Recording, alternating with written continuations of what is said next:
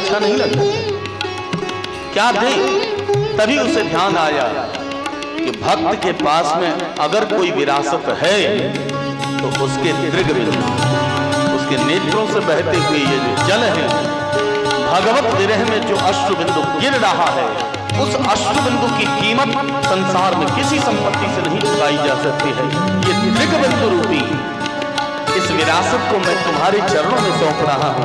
ये आप ही की अमानत है, आपको ही सौंप रहा हूं। अरे तुम्हारी ही उल्फत के दृग बिंदु है ये, तुम्हारी उल्फत के दृग बिंदु है,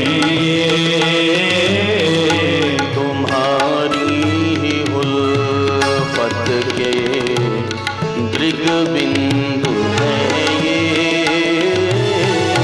तुम्हारी ही उल्फत के दृग बिंदु की जो तुम्हारी कृपा की न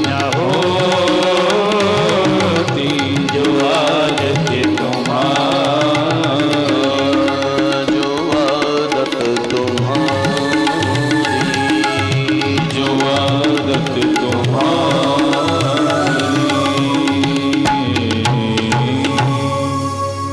नूनं पतैन् मम दुर्भगश्च शश्वत दरिद्रश्च समृद्धि हेतुः महाविभूतेरवलोकतोऽन्यो नैवोपपद्येत यदुत्तमस्य। मुझे भाग्यहीन दरिद्र को इस अलौकिक संपत्ति देने का कारण यही है कि भगवान की कृपा दृष्टि हमारे ऊपर वर्षित हुई है। सुखदेव जी कहते हैं, परीक्षित जो श्रद्धा पूर्वक इस सुदामा चरित्र को श्रवण करता है के तद्ब्रह्मण्य देवस्य श्रुत्वा ब्रह्मण्यतां नरः लब्ध भावो भगवती कर्म बंधान विमुच्यते। जो श्रद्धा पूर्वक सुदामा चरित्र को श्रवण करेगा कर्म बंधन से मुक्त हो जाएगा।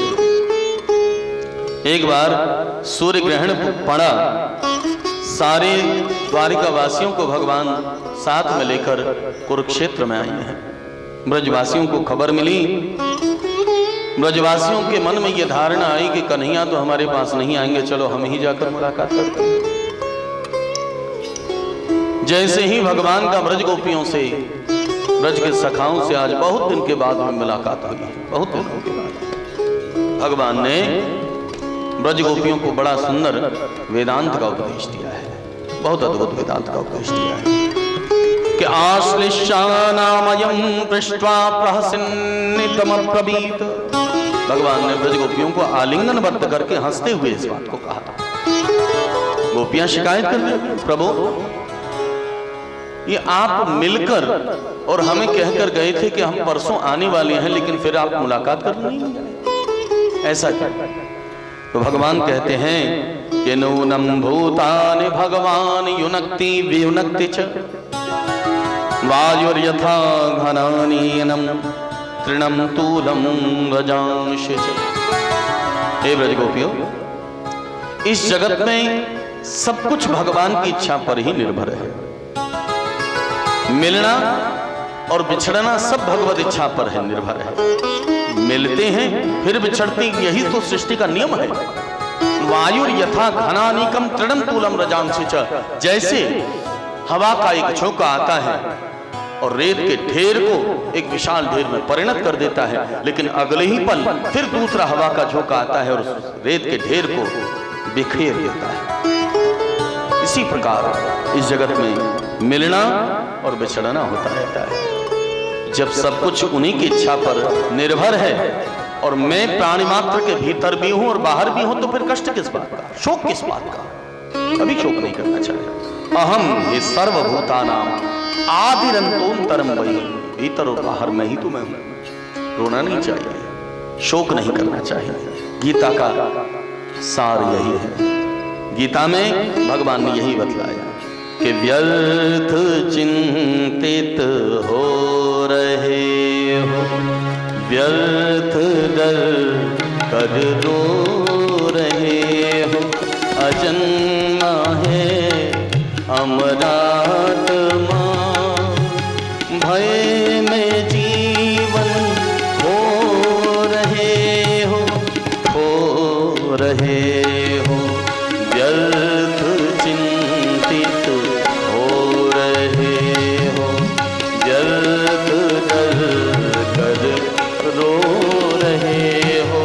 अजन्मा है अमरात्मा, भय में जीवन खो रहे हो, खो रहे हो। व्यर्थ चिंतित होकर हम अपने जीवन को खो रहे हैं। अरे जो भी कुछ हो रहा है सब उनकी इच्छा पर हो रहा है, अच्छा ही हो रहा है, अच्छा ही होगा, ऐसा अगर विचार कर लें तो कभी शोक नहीं। यही गीता का सार है, गीता का परम प्रधान सूत्र है।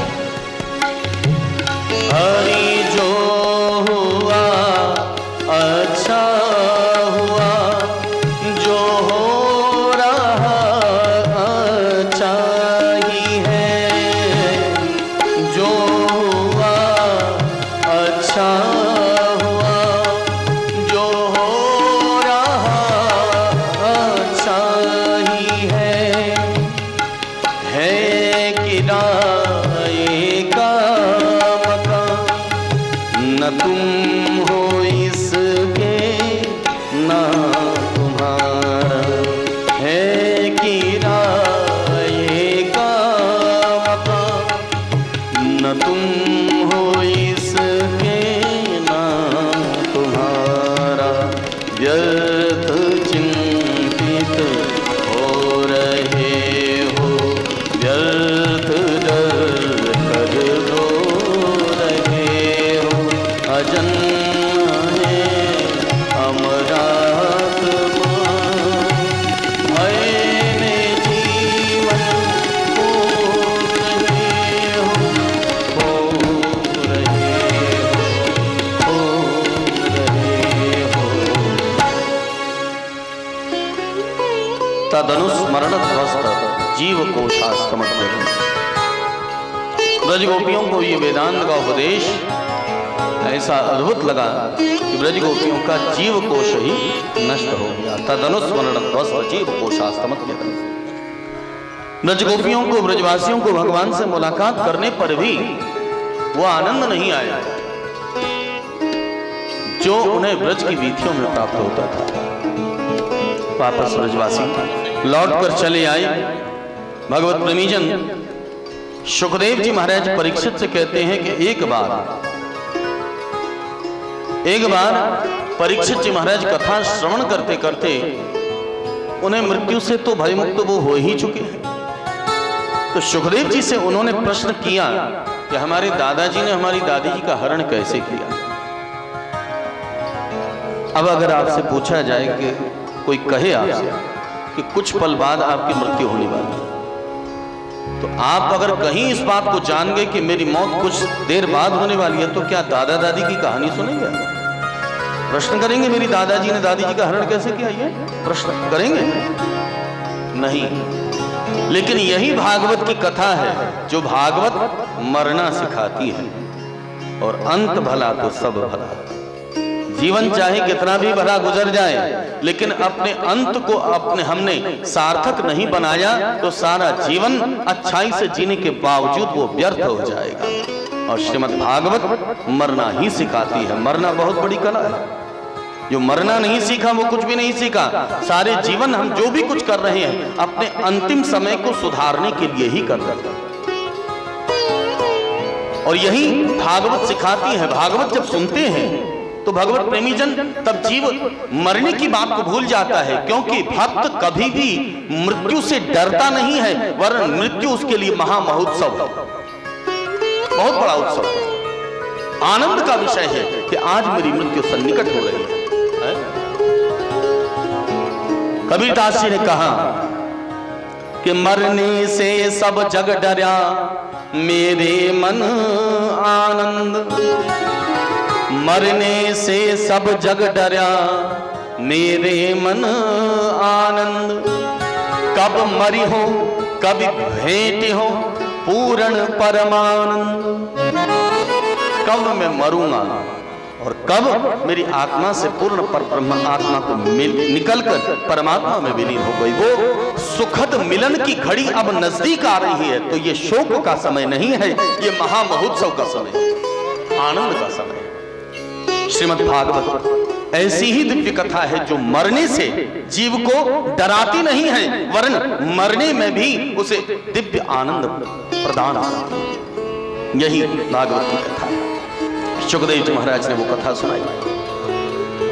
सुखदेव जी महाराज परीक्षित से कहते हैं कि परीक्षित, इस दिव्य भागवती कथा को अपने जीवन में जो उतार ली वो मृत्यु को महामहोत्सव बना देता है। परीक्षित ने पूछा कि देवासुर मनुष्येषु ये भजन्त्य शिवम शिवम प्रायस्ते धनिनो भोजा न तो भोजा न तो लक्ष्म्याः पतिं भज।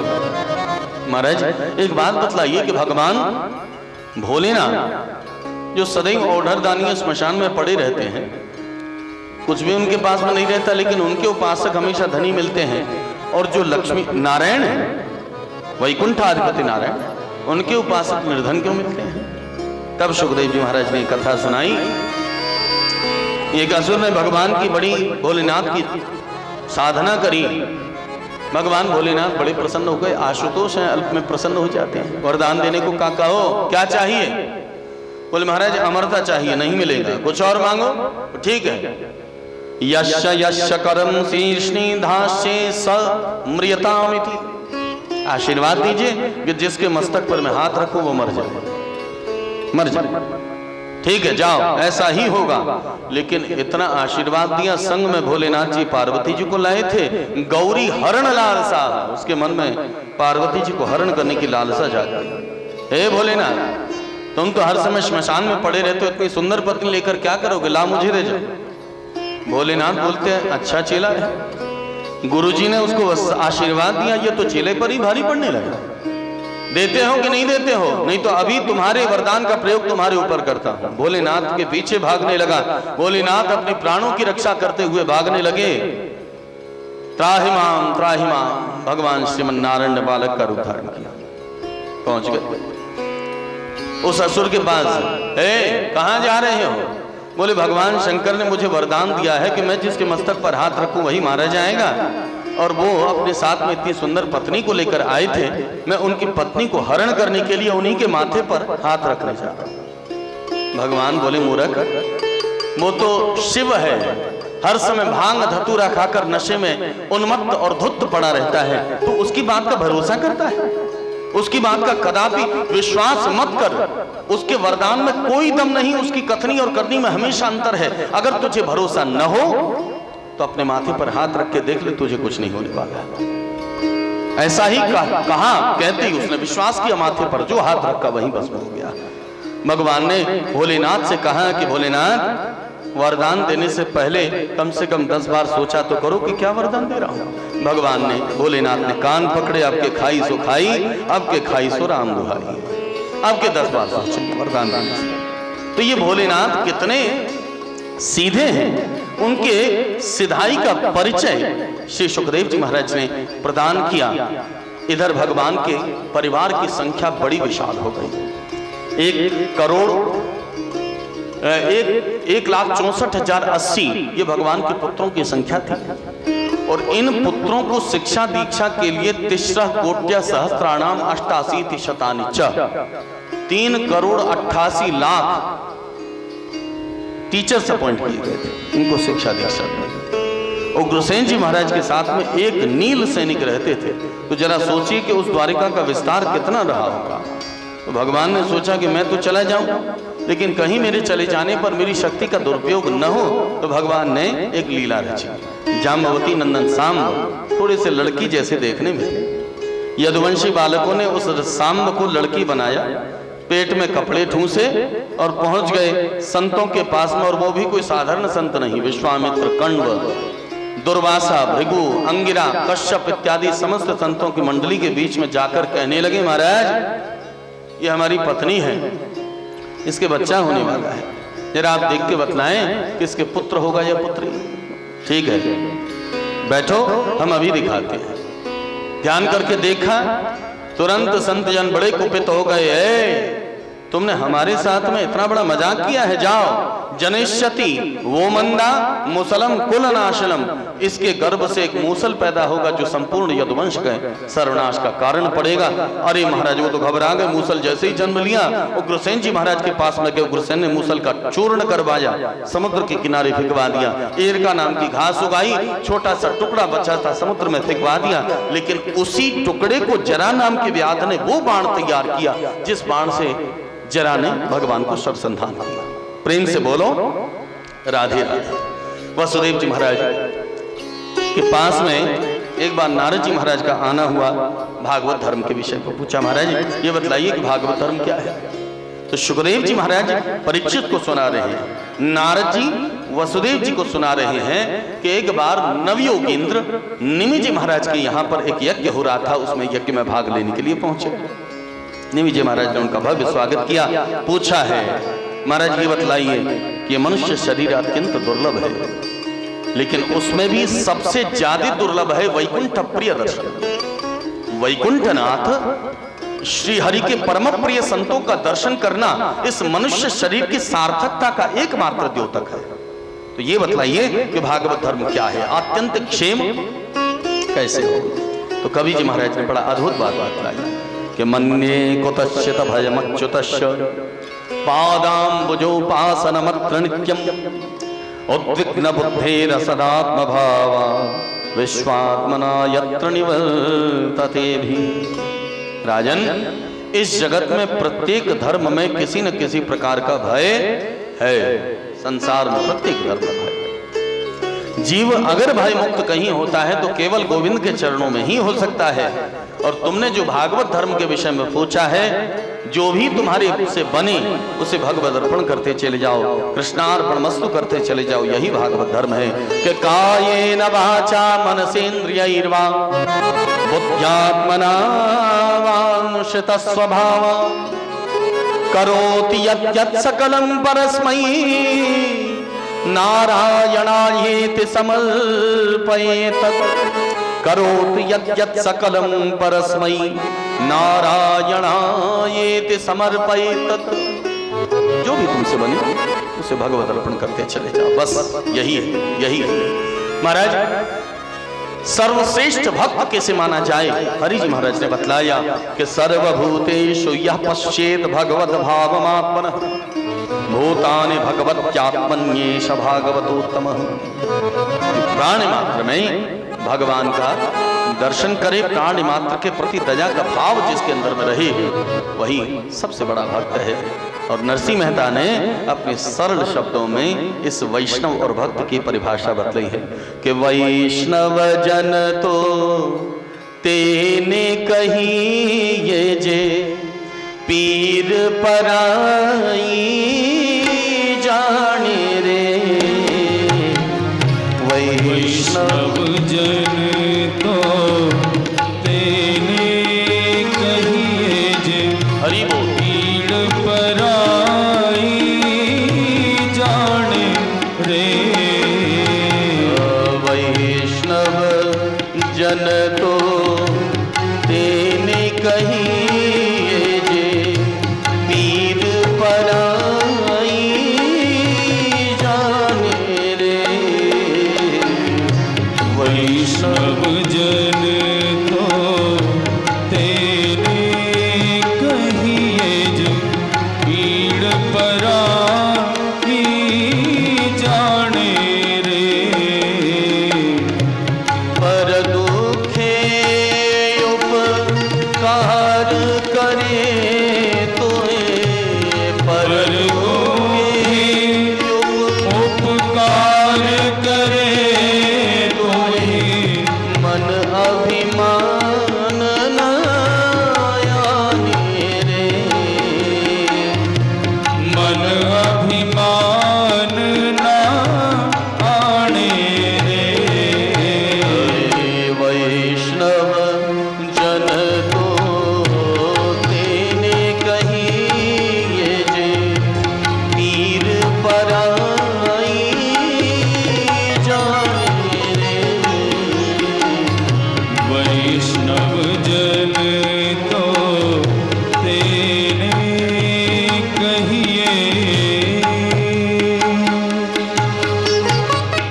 वल्लभ वही है, भक्त वही श्रेष्ठ है, जो प्राणी मात्र में दया का भाव रखे। निमि जी महाराज ने पूछा, भजन जो नहीं करते हैं, जो भगवान के नाम का आश्रय नहीं लेते हैं, उनका क्या गति होती है? कृपा करके बतलाएं। चमत्सी महाराज बतलाते हैं, न भजन त्यवजानान्ति स्थानाद् भ्रष्टाः पतन्त्यधः, न भजन त्यवजानन्ति स्थानाद् भ्रष्टाः पतन्त्यधः। जो कभी भगवान का भजन नहीं करते, उनका हमेशा पतन होता है, और ऐसा पतन होता है कि फिर उठने का मौका नहीं मिलता है, कभी उठने का मौका नहीं मिलता। भगवत प्रेमीजन, उपनिषद कहता है, वेद भगवान कहते हैं, उत्तिष्ठत जागृत प्राप्य वरान्य भूत। उठो, जागो और लक्ष्य की प्राप्ति तक मत रुको। ये विवेकानंद जी का सबसे प्रधान सूत्र था। विवेकानंद जी ने सारे सोए हुए समाज को जगाने के लिए इस सूत्र को बतलाया, उठो जागो। लेकिन यहां पर यह बात थोड़ी अजीब लगती है कि कहा गया है उठो जागो, जबकि पहले जागा जाता है फिर उठा जाता है। ऐसा क्यों? ये उल्टा क्यों कर रहा है? जागने के बाद ही तो उठता है। तो यहां जो चमत्सी महाराज ने बताया कि न भजन त्यवजानान्ति स्थानात् भ्रष्टाः पतन्त्यधः, जो भगवान का भजन नहीं करता है उसका पतन हो ही जाता है। और भगवत प्रेमीजन, जो सोया हुआ है उसे जगाया जा सकता है, लेकिन जो जागा हुआ है उसे जगाया नहीं जा सकता। हम लोग सब जानते हैं कि भगवान का भजन न करने से क्या होता है, सभी जानते हैं। हम लोग सब जागे हुए हैं, और हम जैसे जगाए हुओं को जगाना संभव नहीं। जो सोया हुआ है, जो गिर पड़ा है, उसे तो उठा लो, लेकिन जो उठा हुआ है, सही से चल रहा है, तो उसे कैसे सही रास्ते पर लाया जा सकता? तो हम सब जागे हुए भी सो रहे हैं। इसीलिए पहले उठो कहा, तब जागो। पहले उठो तब जागो, क्योंकि हम सब जागे हुए सोए हुए हैं। तो जो जागा हुआ सो रहा है वो पहले उठेगा फिर जागेगा। हम सब सोए नहीं हैं, हम उठे हुए हैं, और उठे हुए को उठाया जाता है फिर जगाया जाता है। इसीलिए वेद भगवान ने कहा, अद्भुत नव योगींद्र संवाद के द्वारा निमि जी महाराज की शंका का निरसन किया। देवताओं ने आकर भगवान से प्रार्थना करी, प्रभु अब आपके आने का समय हो गया, चलिए। आपने जिस उद्देश्य के लिए अवतार लिया, धर्म का संस्थापन, पापियों का संहार और साधु जनों का परित्राण, वो सब उद्देश्य आपका पूर्ण हुआ, चलिए। भगवान बोले, आप चलिए, मैं आता हूं। देवताओं को आश्वासन दिया। शुकदेव जी महाराज ने परीक्षित को ये कथा सुना रहे हैं। परीक्षित बड़े आनंद से कथा श्रवण कर रहे हैं। तब सन्यास का स्वरूप पूछा है। तब बतलाते हैं कि एक बार यदु जी महाराज के यहाँ पर दत्तात्रेय जी महाराज का आना हुआ। दत्तात्रेय जी महाराज से पूछा गया, महाराज आपका ये रूप कैसा आपको मिला है? उन्होंने बतलाया, मैंने अपने जीवन में 24 गुरु बनाए। क्या क्या गुरु हैं? कि पृथ्वी वायुराकाशमापौग्निश्चंद्रमा रवि कपोतोजकर सिंधु पतंगो मधुकृतगजः मधुहा हरिणी मीनः पिंगलाश कुररोर्भकः कुमारी शरकृत सर्प ऊर्णनाभि सुपेशकृत। ये सारे बतलाए। पृथ्वी से सहनशीलता का गुण सीखा, वायु से आसक्ति के त्याग करने का गुण सीखा, आकाश से उदारता का गुण सीखा, जल से शुद्धता और स्निग्धता का गुण सीखा, अग्नि से संग्रह परिग्रह न करने के गुण को सीखा, चंद्रमा से शीतलता के गुण को पाया, सूर्य से शरीर घट का समान है ये गुण पाया, कबूतर से अत्यधिक गृहस्थ में आसक्त नहीं होना चाहिए ये सीख प्राप्त करी, अजगर से सीख प्राप्त करी कि अजगर को खाने को मिले तो ठीक है, न मिले तो भी ठीक है। ऐसे ही संत को रहना चाहिए, भक्त को रहना चाहिए। समुद्र से गांधीर्य के गुण को प्राप्त किया, पतंगे से ममत्व और आसक्ति के त्याग का गुण प्राप्त किया, मधुमक्खी से सीखा कि कृपण के धन को हमेशा दूसरा ही खाता है, हाथी से सीखा कि साधक को हमेशा सावधान होकर रहना चाहिए, पुरुष भी सावधान रही, स्त्री भी सावधान रही। शहद निकालने वाले से भी गुण पाया। हिरण से सीखा कि ग्राम में संगीत नहीं सुनना चाहिए। मछली से सीखा कि अपने जिह्वा पर नियंत्रण करके रखें। युक्त आहार विहार, गीता का सूत्र है। भगवान ने बतलाया कि अपने जीवन में हमेशा आहार विहार को संयमित करके रखें। अगर हमारा आहार सात्विक है तो हमारा 50% काम तो हमने पहले ही बना लिया है। 50% काम हमारी इस आहार से ही तैयार होता है। शुद्ध सात्विक आहार से शुद्ध मन की सृष्टि होती है, शुद्ध मन से भगवान की प्राप्ति होती है। तो शुद्ध अन्न नहीं होगा तो कैसे बात बनेगी। मैंने पिंगला वेश्या को भी अपना गुरु बनाया।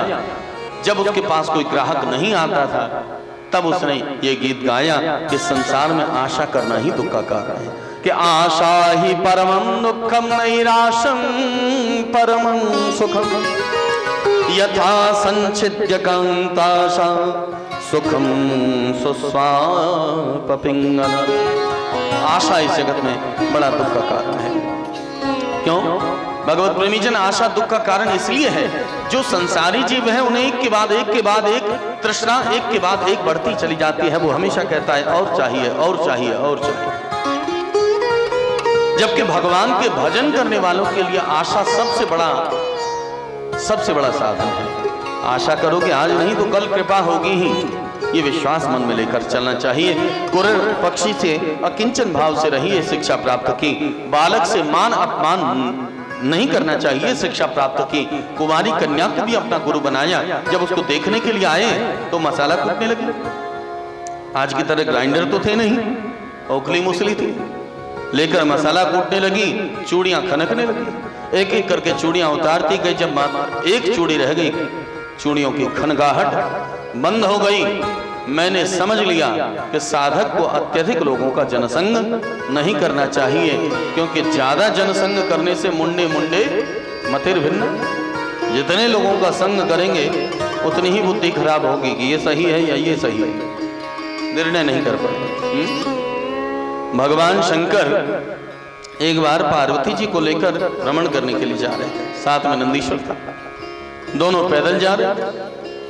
कुछ लोग मिले, देखो कितना पागल है, वाहन साथ में जा रहा है और दोनों पैदल जा रहे हैं। शंकर और पार्वती दोनों नंदीश्वर पर चढ़ गए। कुछ दूर आगे जाने पर फिर लोग मिले। लोग कहने लगे कि देखो कितना निर्दयी है, वाहन एक है और ये दोनों चढ़ बैठे। भगवान शंकर ने पार्वती जी को उतार दिया और खुद बैठे रहे। कुछ दूर आगे जाने पर लोग मिले। लोग कहने लगे देखो कितना बदमाश है, कितना दुष्ट है कि पत्नी को तो नीचे चला रहा है और खुद बैठा हुआ है। तब भगवान शंकर ने पार्वती जी को ऊपर बिठाया और खुद पैदल चले। फिर कुछ दूर